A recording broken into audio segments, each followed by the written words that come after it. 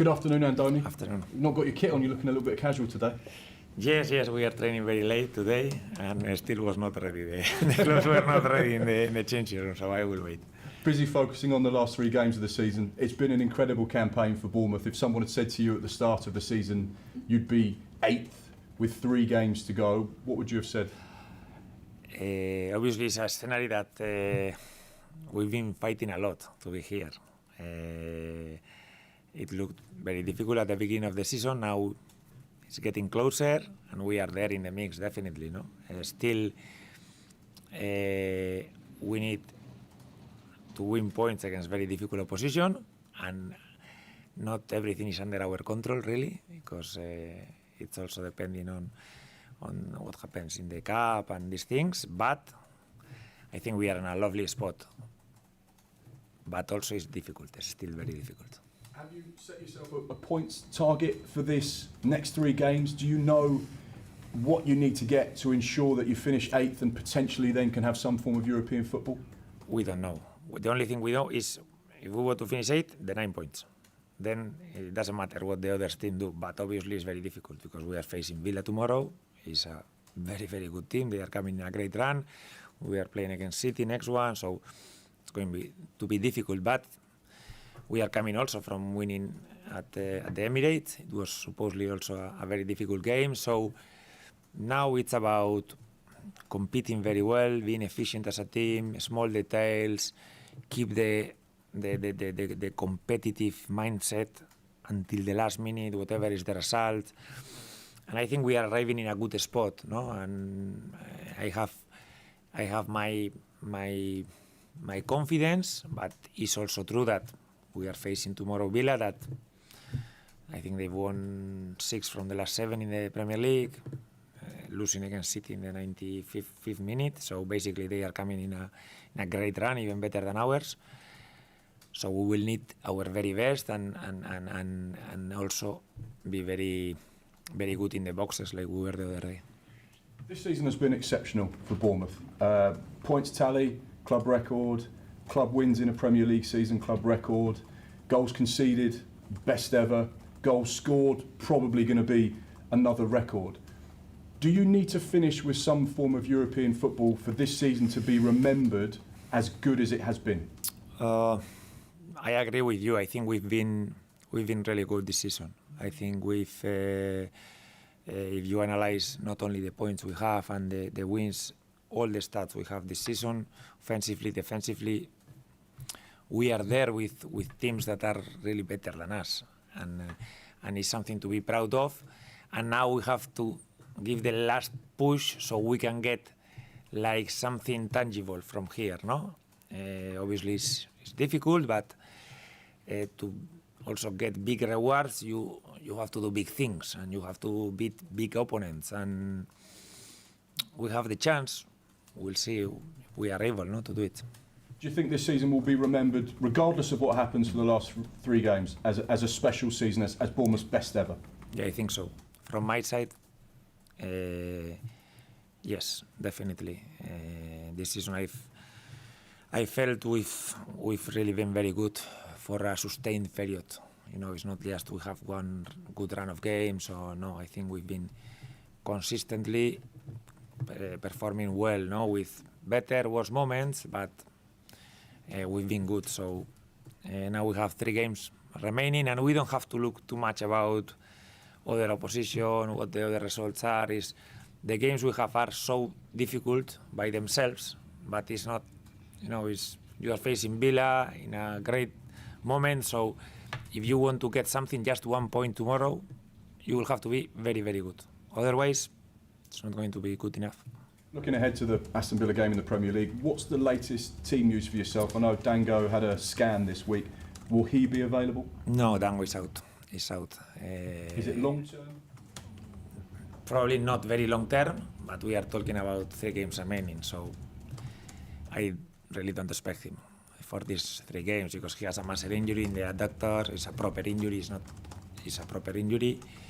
Dango normally is very quick to recover, and I cannot say 100% he's not going to play, but normal conditions he's not gonna arrive for these 3 games, and it's a shame because I think he was in a great spot, great moment, physically, good work rate. I think he was but sometimes these things happen. He tried to continue the other day, even after the injury. I think he played 5-6 minutes, but the scans are pretty clear, and I think he will be out, yes, and we will have the other 3 injuries that we had past week. So yes, we will have these 4 players out, Ryan, Enes, Sini, and Dango now, yes. You've mentioned Aston Villa's good form, like you rightly say, 6 wins in their last 7. However, I'm going to give you a stat now that contradicts possibly what you just said. Yes, give me good stats.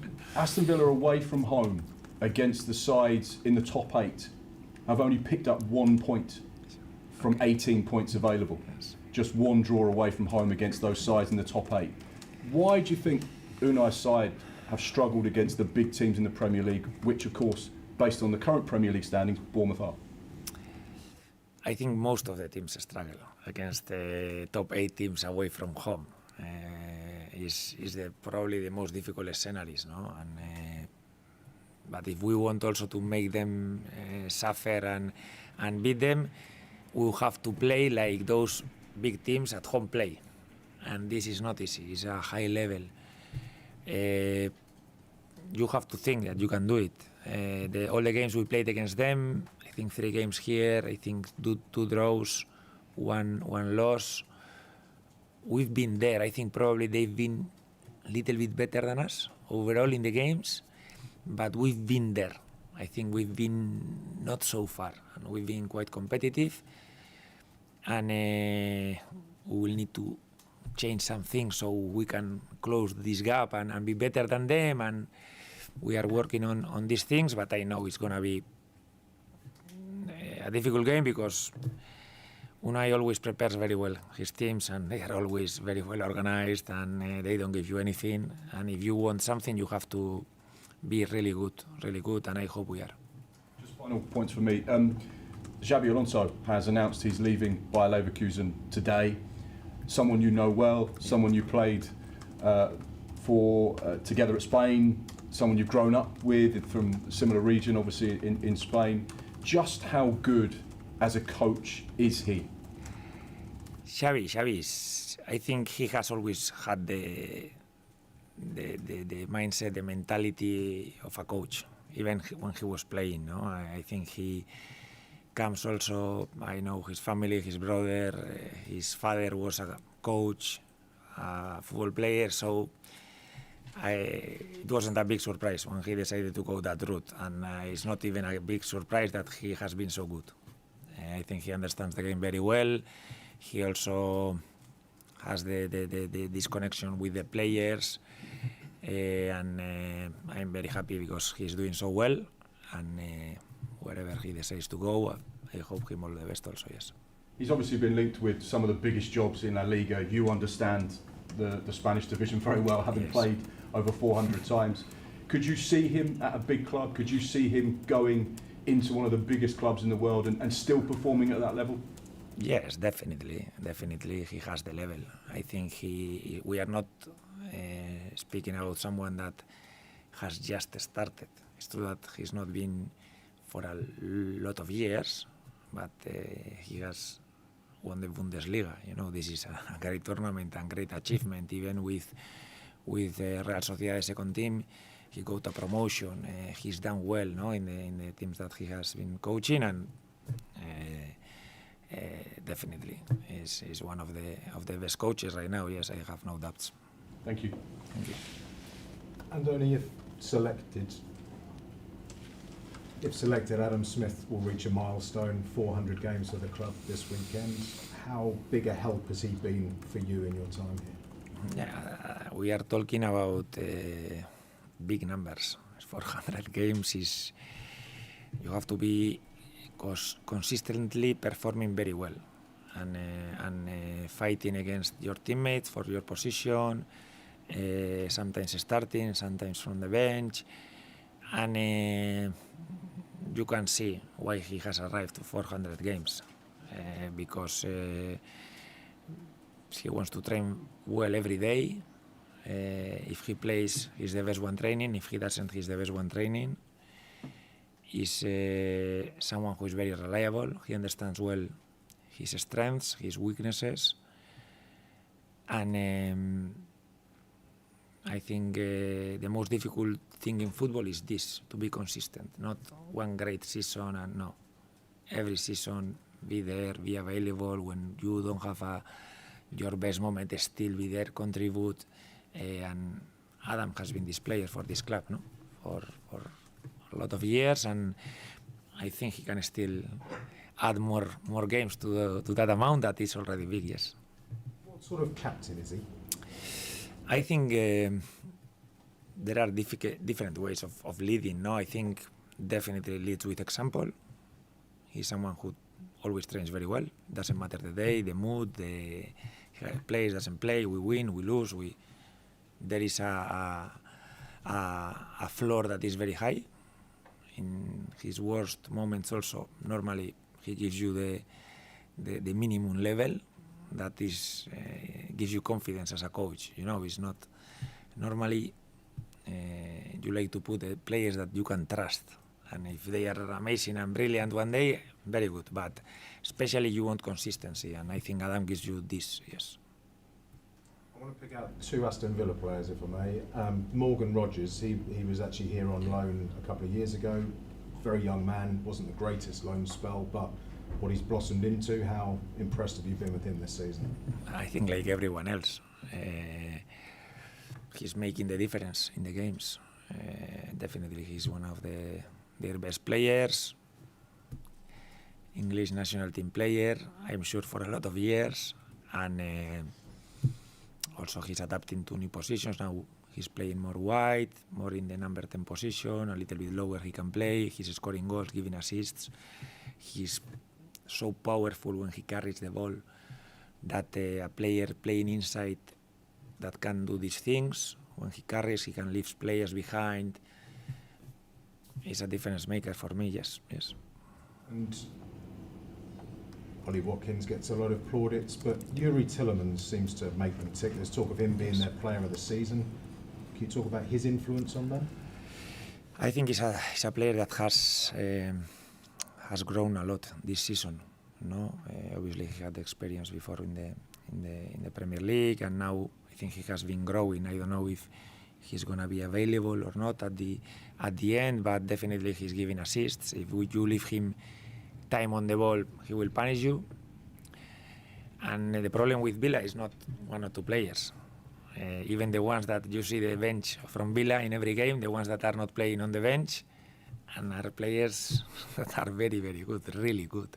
So you cannot just make the plan, so, okay, we are going to try to cover Ollie Watkins or Morgan Rogers. So, no, they have a lot of, I know Asensio from La Liga is it's a goal threat. The ones in the middle, powerful players, there is a reasons, no? Why they are fighting for the Champions League, why they've been so good in the Champions League this season, because at the end they've lost until the end against PSG. That has been probably the best team, and we are playing tomorrow against a top team. I have no doubts, and a team that is also now quite healthy in this moment of the season, that we all have some injuries. They will miss 1 or 2 players, but no more, and that's why they are finishing strong the season also, no? And I think we will have to be very good. If we are normal, like I said against Arsenal, I don't think it's going to be enough. We will have to have some moments of someone to make the special things.